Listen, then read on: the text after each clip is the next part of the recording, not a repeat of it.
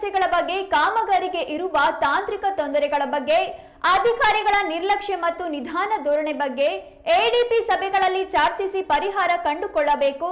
ರಾಜ್ಯದ ಜನರ ತಲಾ ಆದಾಯ ಇಡೀ ದೇಶದಲ್ಲಿ ನಂಬರ್ 1 ಆಗಿದೆ. ಇದನ್ನ ನಾವೆಲ್ಲ ಹೆಮ್ಮೆಯಿಂದ ಹೇಳಿಕೊಳ್ಳಬೇಕು. ಕ್ಷೇತ್ರದ ಮತದಾರರಿಗೆ ಅರ್ಥ ಮಾಡಿಸಬೇಕು.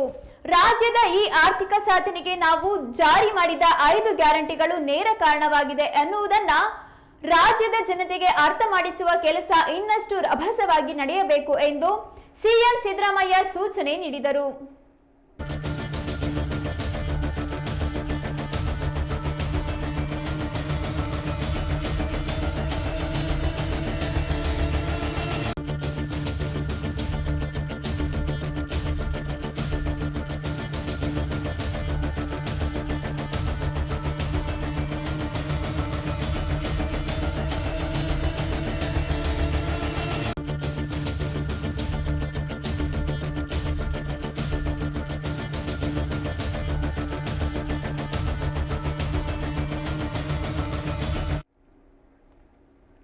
ಕೇಂದ್ರದ ಅಸಹಕಾರ ಇದ್ದರೂ ನಮ್ಮ ರೈತರಿಗೆ ಸಮಸ್ಯೆ ಆಗಬಾರದು.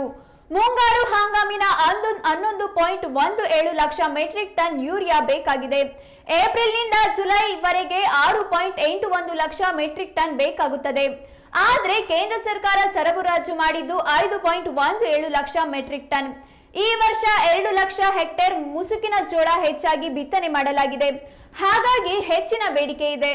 ಆದರೆ ಯೂರಿಯಾ ಸರಬರಾಜನ್ನ ಕೇಂದ್ರ ಸರ್ಕಾರ ಕಡಿಮೆ ಮಾಡಿದೆ. ನಮಗೆ ಬೇಕಾದ ಯೂರಿಯಾ ಪ್ರಮಾಣದಲ್ಲಿ 1.66 ಲಕ್ಷ ಮೆಟ್ರಿಕ್ ಟನ್ ಕಡಿಮೆ ಆಗಿದೆ.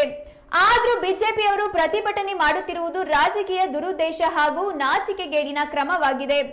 ಇದನ್ನ ನೀವುಗಳು ಕ್ಷೇತ್ರದ ಜನತೆಗೆ ಅರ್ಥ ಮಾಡಿಸಬೇಕು. ಕೇಂದ್ರ ಸರ್ಕಾರದ ಅಸಹಕಾರದ ನಡುವೆಯೂ ನಮ್ಮ ರೈತರಿಗೆ ಸಮಸ್ಯೆ ಆಗದಂತೆ ಅಧಿಕಾರಿಗಳ ಜೊತೆ ಸಂಪರ್ಕದಲ್ಲಿದ್ದು ಪರಿಹಾರ ಮಾರ್ಗಗಳನ್ನು ಕಂಡುಕೊಳ್ಳಬೇಕು ಎಂದರು.